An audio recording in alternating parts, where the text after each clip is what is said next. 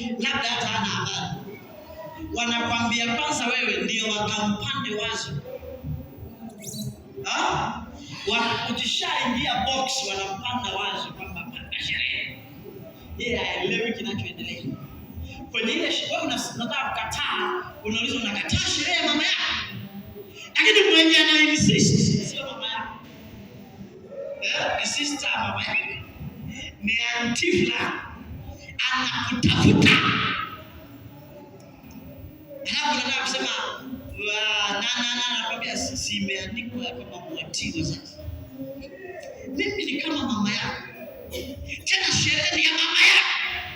Ili ukiingia kwa basi hapa isipite maimai. Unafungwa na scripture imekotiwa na shetani. Cha maandiko hayo yanasema mwatiwa sasa.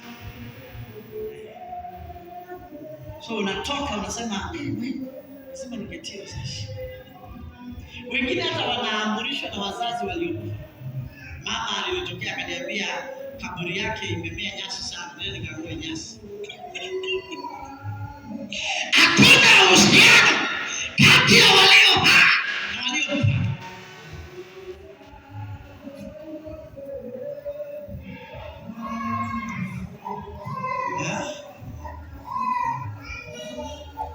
Ndugu yako anatokea hata aje hiyo kwa siku moja. Nakwambia niliota, mama akaniambia twende wote tukamjengee kaburi vizuri, tukorogee vizuri. Analalamika hatukukoroga vizuri. Twende tukakoroge, leteni pesa ya taos. Unaamrishwa mashetani na unaambiwa imeandikwa tuwatii wazazi.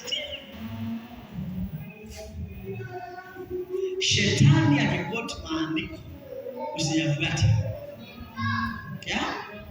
Hata kama ni ya kweli usiyafuate. Maana the next verse inasemaje? Yesu hakusema kujitupa tu. Yesu alisema imeandikwa. Yesu akajibu akamwambia imenenwa. Shetani amesema imeandikwa. Yesu anasema imenenwa.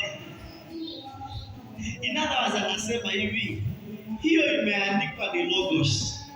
Rema, the word for the now, inasema usimjaribu